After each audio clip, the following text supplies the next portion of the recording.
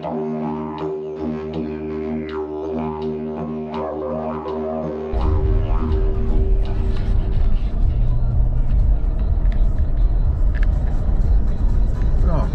look at this. What is it, a van? No. Yeah, it's a van on the side. Good God.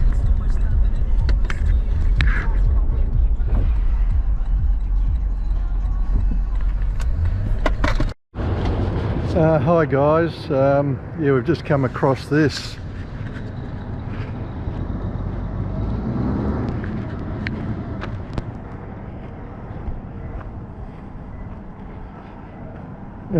We're just going to go up to the next town and find out what's actually happened.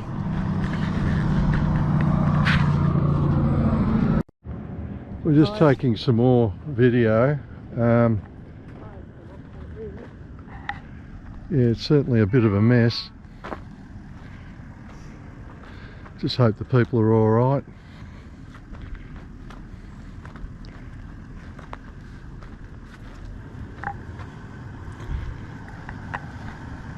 Oh, well, we'll shoot into the next town and see what's actually gone wrong here.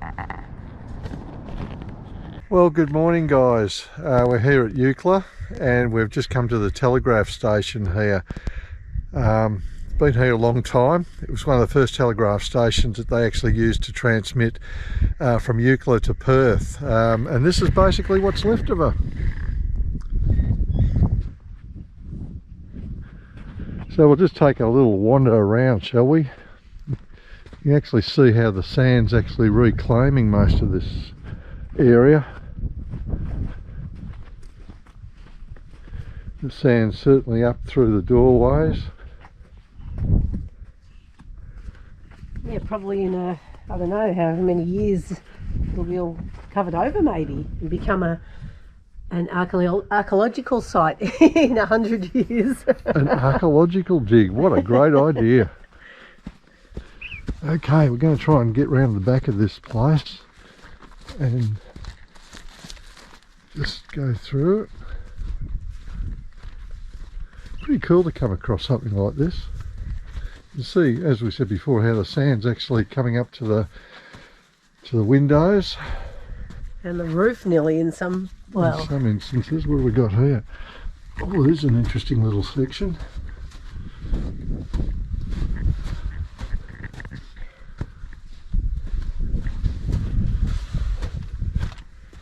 Oh wow, absolutely. Whoa, that's pretty high. Yeah, so we've actually climbed to the top here. And look, we're getting a bit of a bird's eye view of it. Almost a drone view without using the drone. Yep. So we've got 1, 2, what's that? 3, 4, 5 rooms or something? Yeah, it's pretty incredible. Okay, there was another section, I think at the back here, which was quite interesting. Getting through. Oh, here's a perfect example of how much the sand has actually taken over this area.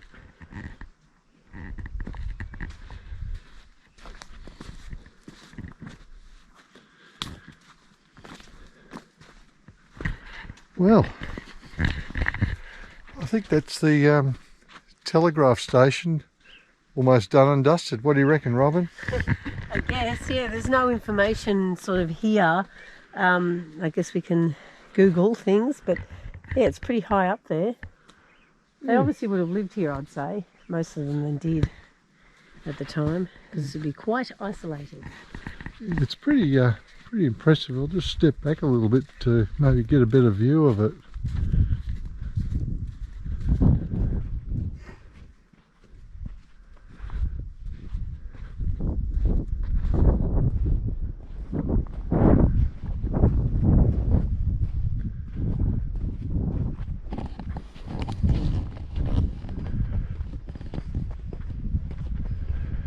Well, I guess that's what's left of it. Well, we shall continue on our journey, see what else we can find here. Well, hi guys. Yes, we stayed at Eucla last night at the Telegraph station just near the beach. Pretty good night. We'll drop some footage in of that. We're just currently left Western Australia. So we're a few kilometres into South Australia here. Yep, and we can start to see the Great Australian Bight, so we'll give you a little look around. So we'll start off at the bight over here, or the start of the bight, which is about there somewhere. I hope my finger's pointing correctly. So yeah, it's pretty breathtaking here, isn't it, Robyn? It certainly is. So all of a sudden you come off, you're driving along the Eyre highway on the Nullarbor, and it's like, flat and everything, and then you come and to this little turn off, and oh, look what we've got here. We're up pretty high too, by the way. Yeah, the cliffs, they're not the sharp cliffs that are dropping down yet. They're a bit further on.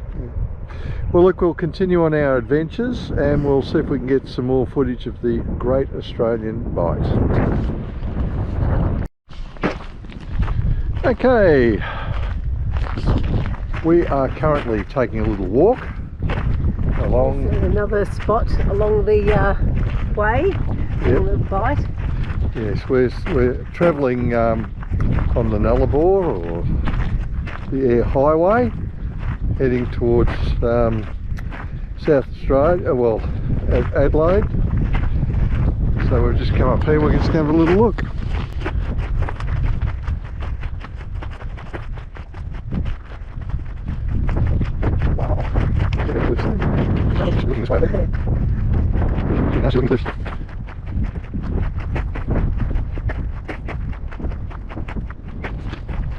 Well, there it is, folks, the Great Australian Bight.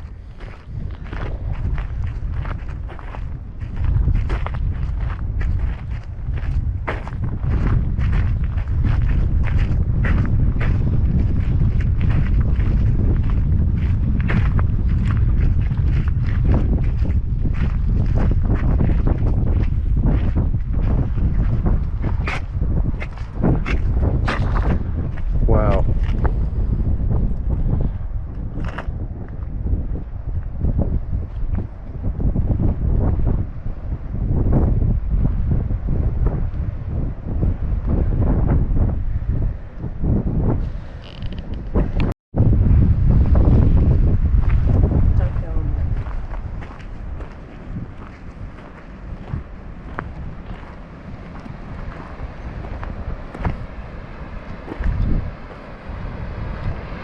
That's pretty spectacular down there.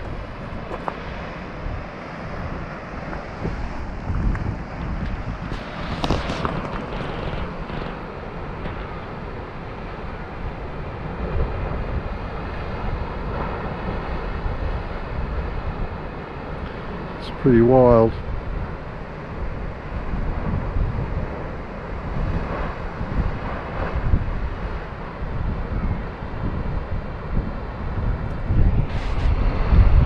Anyway, we shall now head back.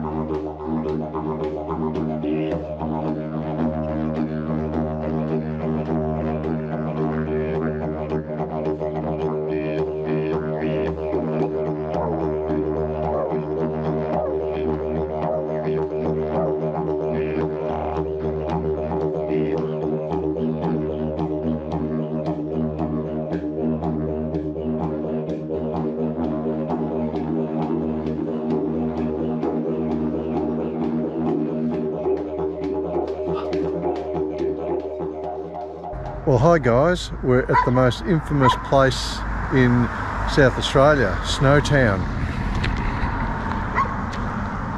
Just going to have a look at the water tower here,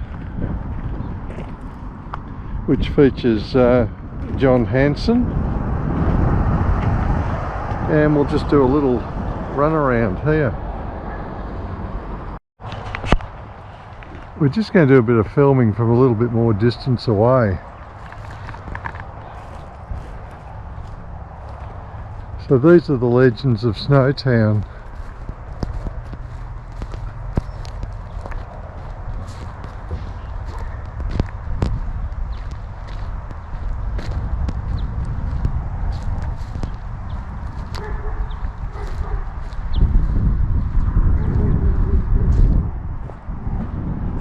Would have been good to do some drone footage around here, but unfortunately no drones.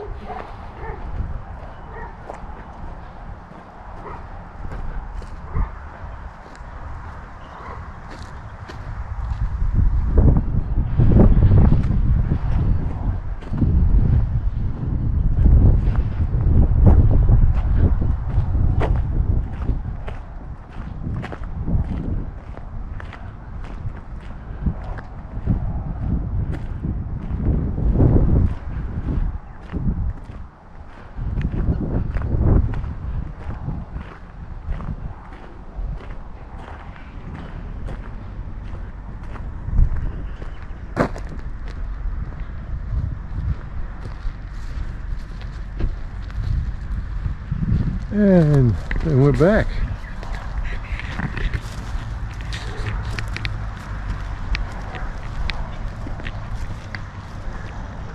Okay, so we're just driving through Snowtown just to see if we can find some interesting things. Oh, there's a house here who's really nearly fallen apart there. So don't want to be too obvious with the locals, but I don't know if you know what Snowtown consisted of, but it was a murder of people in the barrels in the bank, and a film was made out of it too. It's actually got some lovely old buildings. It's really, really quite nice. So,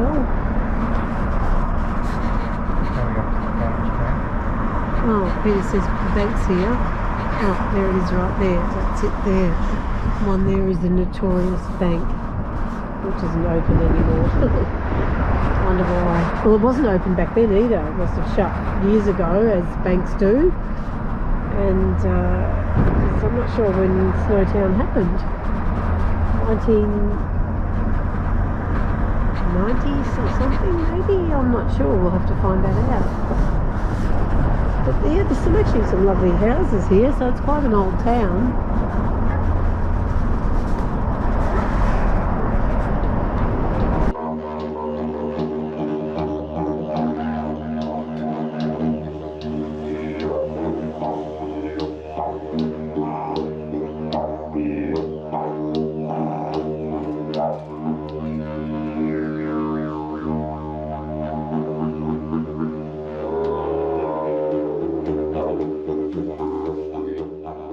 Hi guys, we're at Ryelands Farmstay at the moment, which is a working sheep station.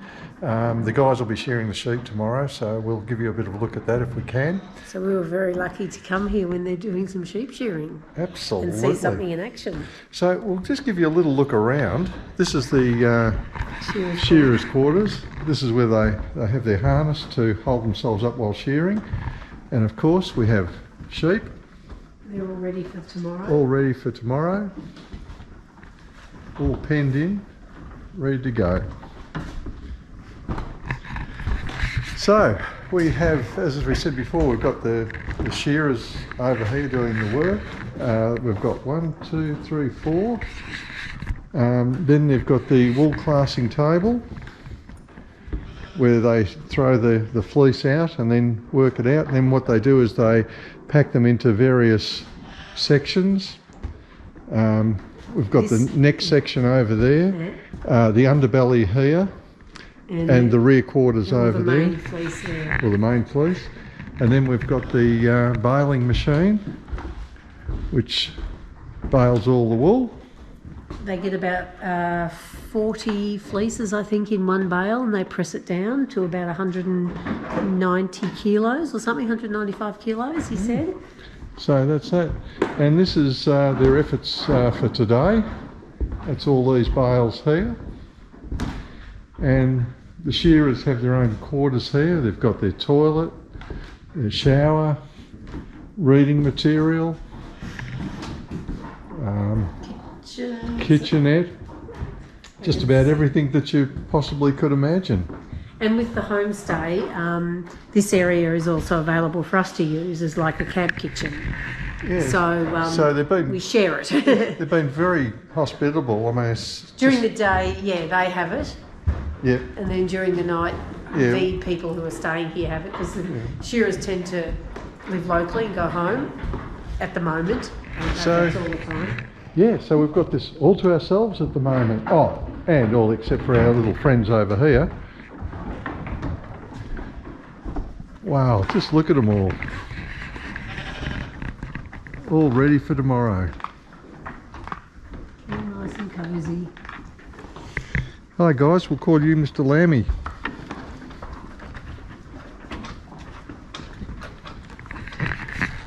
Well guys, until tomorrow, when we can show you some shearing, we'll sign off for now. Catch you later. Cheers.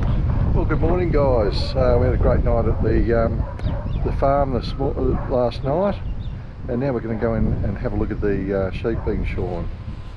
There's a few in the paddock ready to go. Shearers are all here, and this is where we were camped. Actually a beautiful little farm here.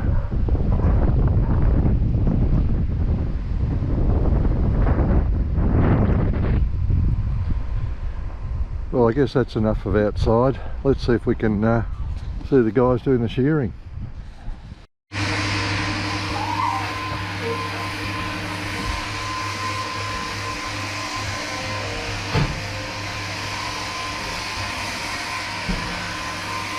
Well, you can't smile.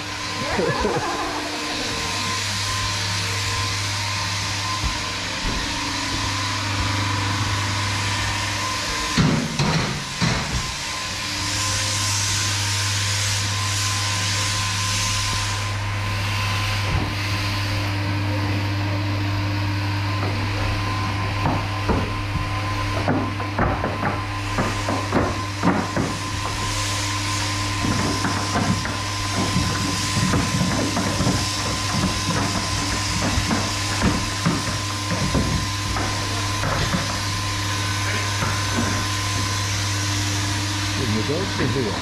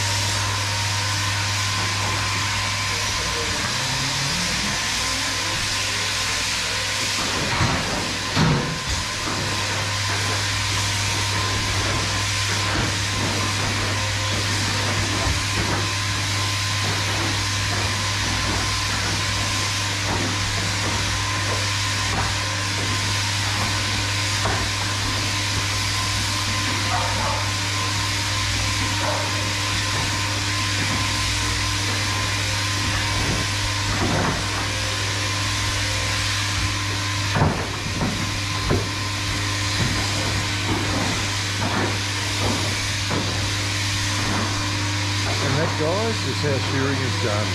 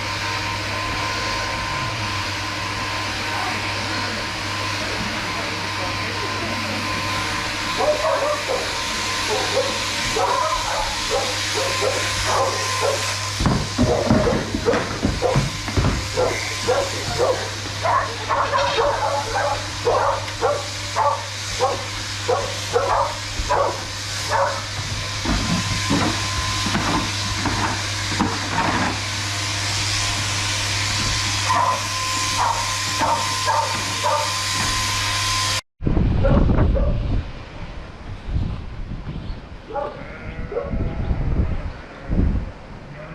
few of the sheep that have been shorn.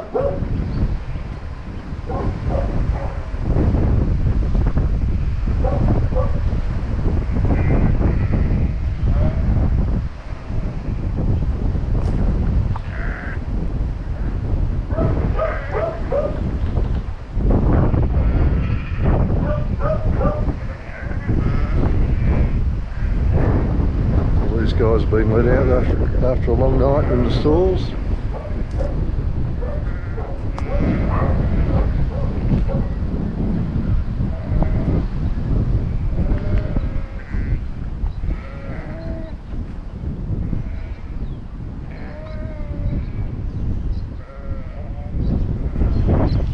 Well, back to the van.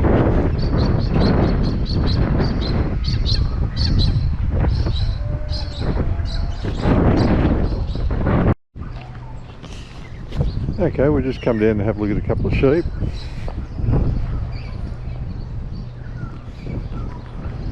Because that's what you do on a sheep farm. Yeah. Hey, hello. This one's got a bigger face than this one.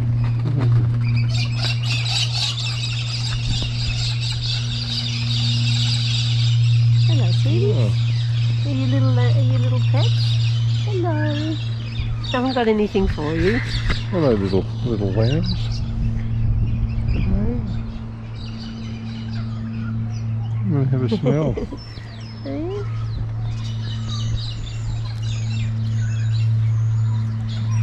Are you going to get shorn? You going to be shorn the sheep? This one's got little horns, and this one's, well, maybe they're slightly different. Yeah, that's pretty cool. Let's go up and have a look up here. Yeah.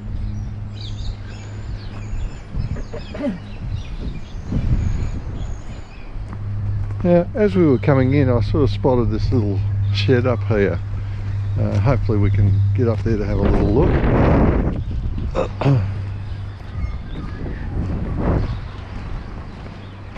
You've got all the farm machinery.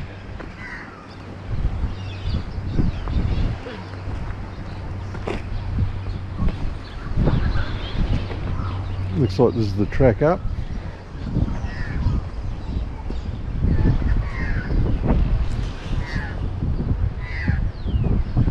Wow.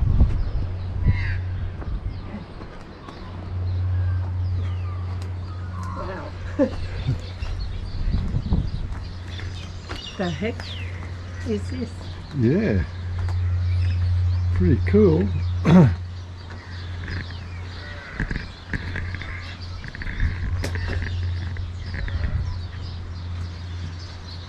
Oh, and all the rabbit traps up there. This is fair income. Yeah. Just a toy. Love looking inside these old sheds. Got an old bike there, a couple of old bikes. It's like they do their recycling. Yeah, fireplace. This would have been a house, somebody. Fireplace there. Yeah, a little fireplace over in the corner. Look, empty barrels. Wow. This is intriguing me. I wonder what it is. And that's the main house down there. Wow, look at the view across there. Wow, this certainly is a beautiful, beautiful property. And there's the shed there. And then up the top there is where we're camped, behind the shearing shed. You might be able to see those little white sheep in the top paddock there. Well, I think it's time for us to go, so we shall motor on, so they say. Hi guys, welcome back. This is probably our second last video for this series. This is episode 18.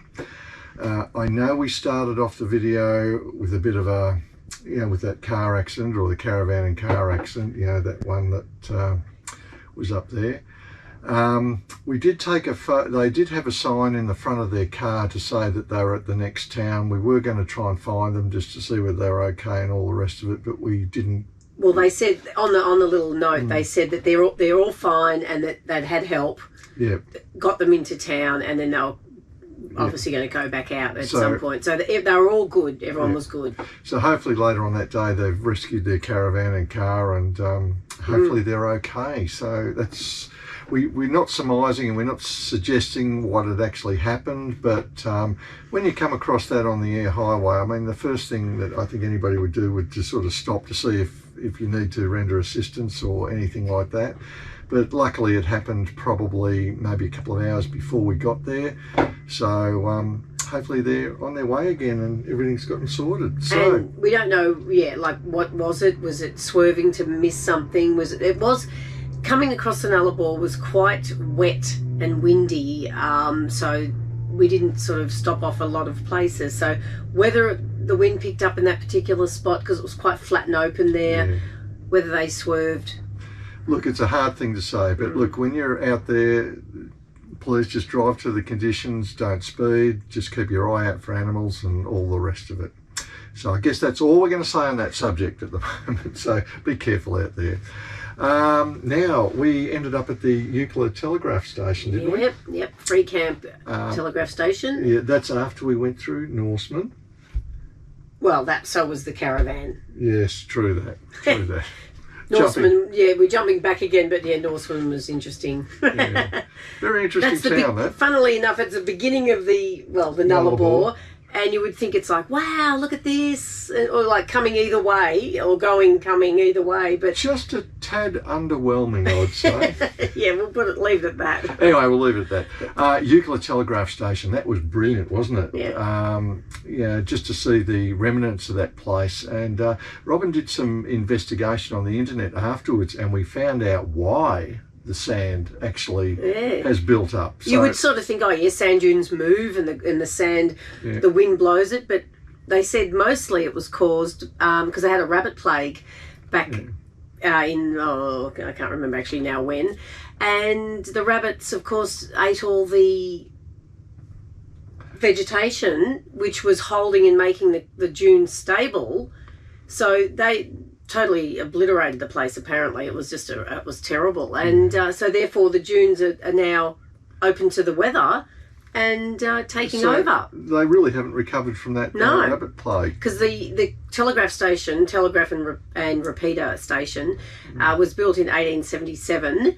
and it was continued on until 1927 when it was closed, because obviously more modern technology, but it was one of the main forms of communication for Western Australia to the rest of the world, Australia, the rest of it, because it's such an isolated place. So so the few that we've come across over the time have been very important. No, that's good, but that's pretty well worth it. Now, to actually find the telegraph station, you've actually got to head into Eucla, which is like they've got what would you call it? The caravan park. It's got a caravan park and camping. It's got a hotel. Yep, hotel. Or even, like quite swish, actually. It's new, fairly new. However, when we got there, we sort of thought, well, I wonder where the telegraph station. We actually had to ask someone. So what you've got to do is actually come off the Eyre highway, go round the back of the like the little township or the little resort area, whatever it is, and make your way down towards the beach. And you sort of go down a hill, and it's very, very pretty because they're up high, and of course you're coming down, onto the flat. It's a few k's down there. I'd say maybe 10. Oh, okay. I thought he said only about 4, but anyway. Well, between 10 and 4. All right. Let's cover all our bases here. Okay, so that was pretty good, and we actually got to see the Great Australian Bight, which is very impressive. So I think anybody going on the Nullarbor has really got to watch out for that. That's just stunning, isn't it? Again, it was a bit wet and windy, so we didn't sit on the edge like a lot of people do for their photos. I was not going to do that. And also, you probably shouldn't, and there are signs to keep away from the edge because it's still eroding. It's very crumbly, very unstable, but anyway, but not in the wind. I wasn't going to sit on the edge. Okay, and pushing on, we ended up at the infamous Snow Town. That was, well, basically what happened was, you can check this up on the internet, but basically it was the bodies in the barrel. They were murders committed by, I think it was John Justin Bunting, Robert Joe Wagner, and James Syndrome Valassakis or something. I think I got those right. And then there was a fourth person, Mark Haydon, who was also convicted of helping dispose of the bodies. So we did show you, I'll try and put up a photo of the bank. The bank right there. Yes, we sort of zoomed past. We didn't want to. We didn't want to stop and sort of stare. And although I do wonder if that's the only reason people go into Snowtown is to have a look at that. Pretty interesting place. It's a beautiful little place, though. Lovely. Yeah. Some of the lovely old buildings. Yeah. Some of them are a bit nothing, but the main older ones are really lovely. Yes. So, and the water tower was interesting. Okay, so we really shouldn't dwell on the murders, but there are some very special people at Snowtown, like as you saw on the water tower there. They were depicting some of the locals that actually achieved something rather than just being notarized by being the body in the barrel. Well, yeah, maybe they did that. That's why they did it on the water tower, to make something else to look at. Clean it up somehow. Sorry, guys. Okay, so that was pretty good. We enjoyed sort of going through there and having a little bit of a look. Now, the thing that we loved the most, and it was pretty much one of the last things we did, was the Ryelands homestay, or the farm. That was brilliant. We were lucky because when we booked it, it was a long weekend, so we couldn't get in until the Tuesday, wasn't it? Well, we weren't. No, Wednesday. We got in on the Wednesday, and when we rang up, I think it was Peter, wasn't it, that owns the place there? Yes. Yeah, he said, you're in luck. He said, we're actually shearing this week, so you'll be able to see them shear the sheep. Whereas they didn't shear over the long weekend because they were booked out. It was flat out, apparently. People going camping. Yeah, and just... apparently there was, how many caravans? I think they said about 10. Yeah, it's like you sort of saw the area, and then some were camping up on one of the hills and all that. So, of course, there's too many people around for the shearing. So they put that off until... the Tuesday? Yeah, and then we came in on the Wednesday. Yeah, so I was all amongst it. That was great. Look, I want to give a great shout out to the shearers. There was, who was it? It was Mick, Lockie and Matthew. Those guys were great. And the girls were fantastic. Are good too, yeah. Oh, look, as I said, off camera, we sort of got to talk to them, and they were really down-to-earth people. You know, they're really nice. They were locals, and family as well. Like one of the girls was the daughter of the owner, so family and local affair. Yeah. So basically that pretty much ended our trip. We started to hightail it back home because, well, once you get the taste of home, it's just like, you let out a stallion and it's like full steam ahead. Yeah, because we had stayed at Kimber before Eucla, which we'd sort of gone through on the way over, and then we stayed at the Lions. What was it? Was it Lions Park? I think it was the Memorial. It was the Memorial Park. Yeah. Just at the back of Kimber. In Kimber, and I'll tell you what, fabulous. The facilities there are A1. It's really, really, really good. They got really clean, lovely toilets. And the showers, it's just like a $2 or $1 for 2 minutes or something, and it's free, but you can give a donation because it's just spick and span. So we did that. It's a little donation box, and we also went to the pub for dinner that night. Where we had to cook our own steak. No, that wasn't that one. Wasn't that one? Oh, okay. No, we had a Palmer. Palmy. Oh, I hate that word, Palmer. Yeah, that's right. I think we did. That was the other night. We went to another pub for tea, and you could actually choose your meat in the window, which was great. Then they handed it to you on a plate and said, "There's the barbecue." Yeah, there's barbecue. You cook your own. That was actually at when we stayed at Wave Rock. That was in Haydon at the pub then. Yeah, that's that was right. great. That was good. And lots of salads and anyway. Yeah. Lots of food everywhere. This is honestly, this has been a massive trip. As you saw, we did a lot of kilometres, met a lot of great people. We're just dying to do it all again, probably same time again next year. So I think for this stage we better sign off for now. Now, although I said this was the last of our episodes, we've got one more coming up, or we might even stretch it to 2. We'll see how we go. But what I'm going to do is a rundown of the caravan, so you can see what we've done, how we've set things up, and well, hopefully it might give you some insight to what we do. What we do may not be necessarily what you want to do, but at least it gives you some ideas, and ideas is what we're all about. Yep. So don't forget, that'll be one of the last ones, which will be next Thursday at 6 o'clock Eastern Standard Time, and be ready for viewing for whenever you're ready to have a look at us. So from Peter and Robyn, stay safe out there, and we'll catch you on our next adventure, which won't be too long. So hopefully. Thanks for watching, and Thank don't you. forget, please subscribe to our channel, because that keeps us going. And if there's any comments that you want to make or talk to us about, only too happy to do it. Hopefully you've enjoyed it. And I hope you guys have a great trip on wherever you're planning to go next. So from Peter and Robyn, Oz Travelog, thank you for watching this series, and hopefully we'll catch up with you again next year. Thank you guys. Cheers. Goodbye. Bye.